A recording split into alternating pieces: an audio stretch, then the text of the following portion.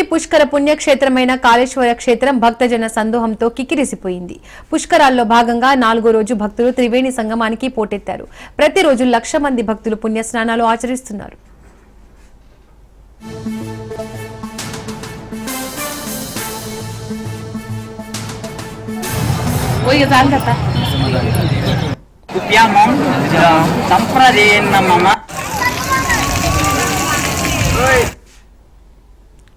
పెద్ద ఎత్తున ట్రాఫిక్ స్తంభించిన భక్తులు కాలినడకన పుష్కర ఘాట్లకు చేరుకుంటున్నారు. పుణ్యస్నానాలు ఆచరించి సరస్వతి మాతను, కాళేశ్వర ముక్తేశ్వర స్వామిని దర్శించుకుంటున్నారు. వారాంతపు సెలవులు రావడంతో విద్యార్థులు, మహిళలు, ఉద్యోగులు భారీగా తరలివచ్చారు.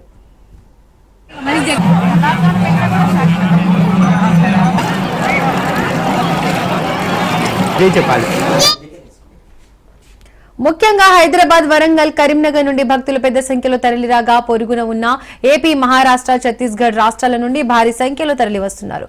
భక్తుల సంఖ్య ఒక్కసారిగా పెరగడంతో అధికారులు రద్దీని నియంత్రించలేని పరిస్థితి ఏర్పడింది.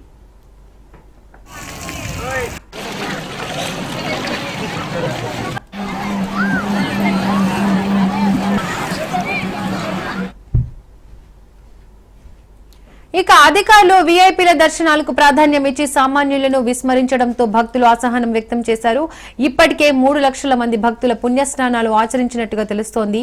12 ఏళ్లకు ఒకసారి సరస్వతి పుష్కరాలు జరుగుతాయి.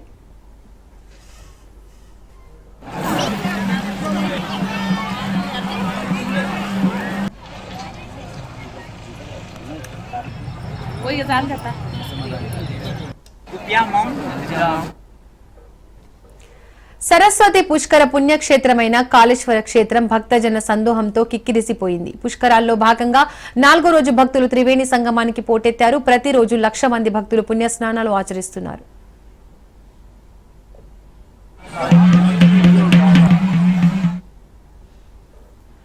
పెద్ద ఎత్తున ట్రాఫిక్ స్తంభించిన భక్తులు కాలినడకన పుష్కర ఘాట్లకు చేరుకుంటున్నారు. పుణ్యస్నానాలు ఆచరించి సరస్వతి మాతను, కాళేశ్వర ముక్తేశ్వర స్వామిని దర్శించుకుంటున్నారు.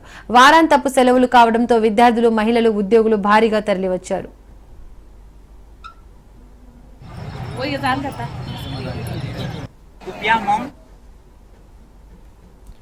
ముఖ్యంగా హైదరాబాద్, వరంగల్, కరీంనగర్ నుండి భక్తులు పెద్ద సంఖ్యలో తరలిరాగా పొరుగున ఉన్న ఏపీ, మహారాష్ట్ర, ఛత్తీస్గఢ్ రాష్ట్రాల నుండి భారీ సంఖ్యలో తరలివస్తున్నారు. భక్తుల సంఖ్య ఒక్కసారిగా పెరగడంతో అధికారులు రద్దీని నియంత్రించలేని పరిస్థితి ఎదుర్కొన్నారు.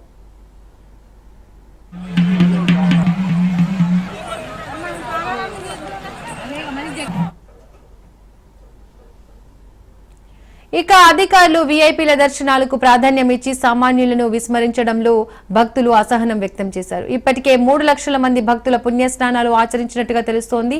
12 ఏళ్లకు ఒకసారి ఈ సరస్వతి పుష్కరాలు జరుగుతాయి. సంప్రదేయనమ్మ